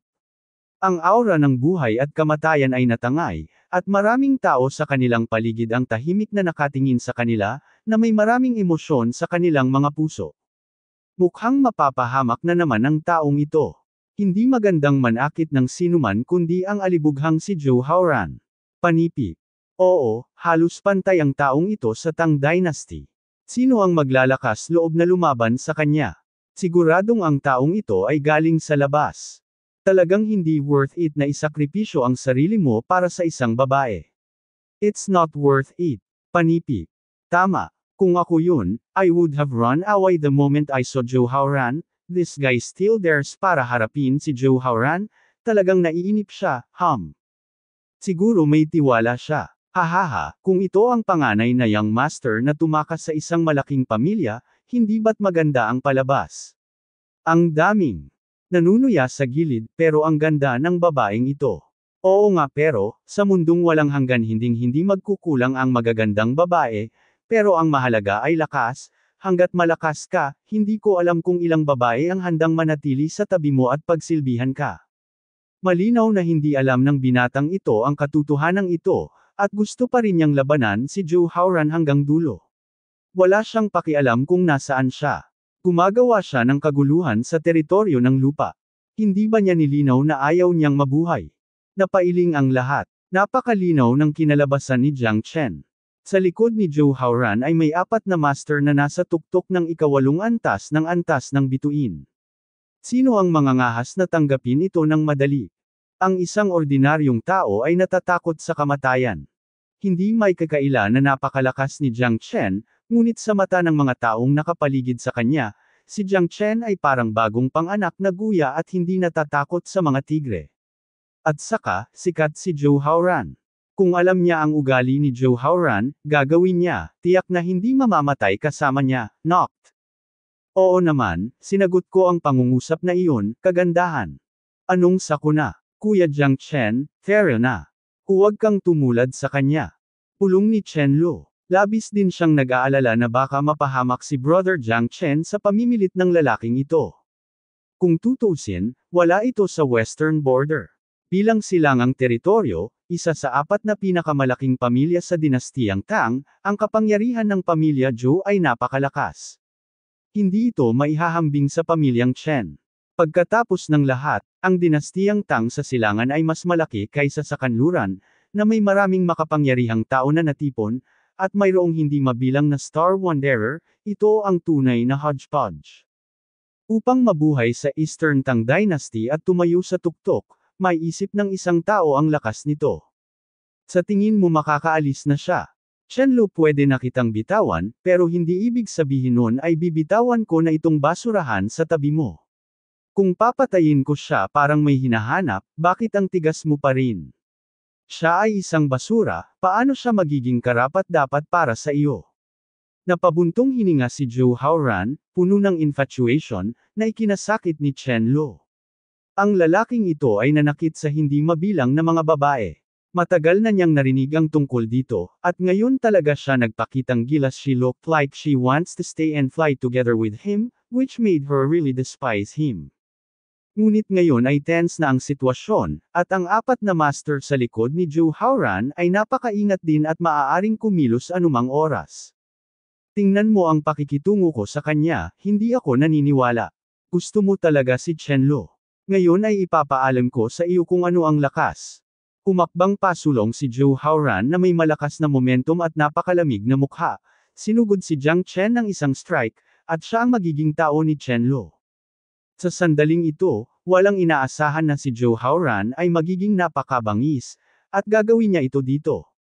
Maraming tao ang hindi napigil ang mapasigaw sa pagkagulat. Kahit na sa isang lugar tulad ng Eastern Tang Dynasty, si Zhou Haoran, na nasa tuktok ng ikawalong langit ng antas ng bituin, ay isang makapangyarihang tao pa rin na may kamanghamanghang mga talento. Hindi lahat ay isang henyo. Dahil sa pagkilos ni Zhou Haoran, naging maingat din ang lahat. Ang tila isang banayad na suntok, ay talagang naipon ang lahat ng lakas ng katawan ni Zhou Haoran, na sumire sa lahat at dumiretso patungo kay Jiang Chen. Sa isang suntok, ang nakakatakot na kapangyarihan ay nadurog, na naging sanhi ng hindi mabilang na mga tao na biglang nagbago. Si Chen Lu, na unang nakaranas ng matinding pinsala, ay nagkaroon din ng kaunting pagbabago sa kanyang mga mata. Hindi niya inaasahan na si Zhou Haoran ay magiging hindi makatwiran at aaksyon sa HSBC Auction House. Hindi, Mr. Zhou. Puno ng kapaitan ang mukha ni Gang Liancheng, ngunit ang napakalakas na suntok ay hindi niya kontrolado. Bagamat nabigla si Chen Lu, dahil alam niya na ang panganay na kapatid ni Jiang Chen ay tiyak na hindi magpapatalo sa lakas ni Zhou Haoran, ang pagkilos ni Zhou Haoran ay walang alinlangan na nagpalakpakan sa lahat ng naruroon. Hindi mahalaga kung ano ang nangyari, maraming tao ang gusto lamang na manood ng kasiyahan, lalo na kapag ang isang bayani ay nagligtas ng isang kagandahan at nagiging isang kagandahan sa galit, na nagpapakulo ng dugo ng maraming tao. Sa oras na ito, sa wakas ay nakakilos na si Jiang Chen. Nang bumagsak ang kamao ni Zhou Haoran sa harap ni Jiang Chen, si Jiang Chen ay hindi rin nauuto. Pamatok siya na parang kidlat at hinarap ang mga kamao ni Zhou Haoran. Ang pakiramdam na iyon ay nagparamdam sa hindi mabilang na mga tao. Mga tao nagulat sila. Bang! Isang malalim na tunog ang lumitaw sa pandinig ng lahat. Kung ang kapangyarihan ng dalawa ay hindi nabawi ang nakakatakot na dominanteng puwersang ito, lahat ng tao sa paligid niya ay maaaring naapektuhan. Buong lakas na sinuntok ni Zhou Haoran, ngunit nang tumama ito sa kamao ni Jiang Chen, biglang bumagsak ang kanyang puso sa ilalim. Noong una ay naisip niya na kahit na hindi niya mapatay si Jiang Chen sa isang suntok, magagawa niya itong masaktan ng husto gamit ang sarili niyang lakas, ngunit nagkamali siya. Ang taong nakaranas ng backlash mula sa suntok na ito ay ang kanyang sarili. Ang nakakatakot na kapangyarihan ay kumalat sa kanyang katawan. Nang inig ang kanyang buong katawan at napaatras siya ng 10 hakbang. Sa sandaling iyon, ang mukha ni Zhou Haoran ay puno ng galit at pagkabigla, ngunit siya ay natalo sa huli. Nagkaroon ng kaguluhan sa mga naruroon. Ang binatang ito na may hindi kaakit-akit na hitsura ay ganap na hindi natatakot sa pinakamatandang young master ng pamilya Zhou, at sinuntok pa siya. Kung gagawin mo ito sa aking lugar, Zhou Haoran, natatakot ako na medyo hindi ka nagpapasalamat.